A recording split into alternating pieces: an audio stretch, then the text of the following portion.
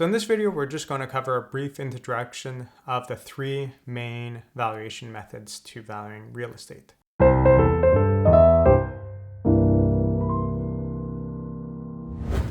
Which are the market comparison approach, income approach, and the cost approach. And in these three, depends on which category of real estate you're dealing with, but obviously there's a mix of them. So the market comparison approach, you're looking at comparing similar properties. Very easy to use for houses that have a lot of comparables nearby, for vacant land that has comparables nearby. So those are the kind of main categories out there. Whereas the income approach is looking at different properties that have valuation involved. So in terms of saying I'm renting out this building, so it's a big apartment building and I want to see how much value I could get out of it. Well, I'm interested in knowing how much income it could generate. Same thing for a shopping mall or other types of property that can generate income. So you're thinking more commercial properties with the income approach. Once again, though, you can have a duplex that still kind of covers the income approach.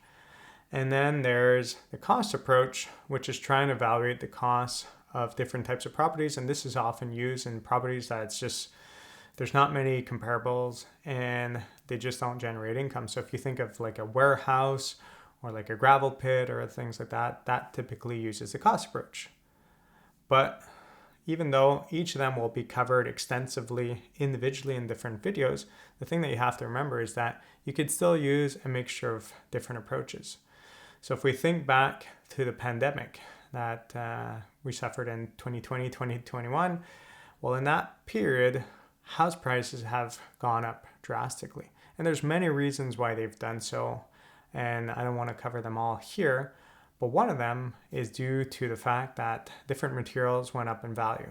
So even though houses typically use more of a comparison approach, if you think that building a new house that's equivalent to the house that you're currently wanting to sell or buy, because now the house materials, wood and everything else has gone up in price and it's just harder to get, well, all of a sudden it brings up the value of the house that's already constructed. Not from a comparison approach per se from the get-go, but more from a cost approach. And then obviously if a lot of houses sell for a higher price, well then the comparison approach could also give you an idea of a higher valuation there too.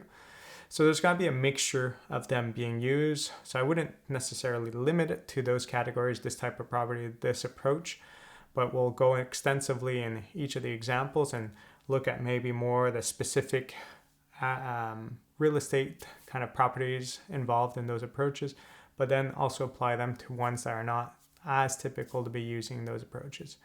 And hopefully through the mixture of the two or three approaches that you use to evaluate the property that you're looking at, you'll get a better picture of what it's actually worth, what's its actual valuation.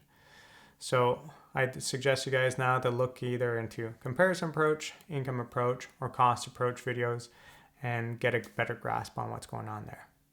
Catch you guys in those videos. If you found this video interesting, please consider subscribing or joining my class where I guide you to apply and expand on the information found in these videos to real life examples. Have a good day.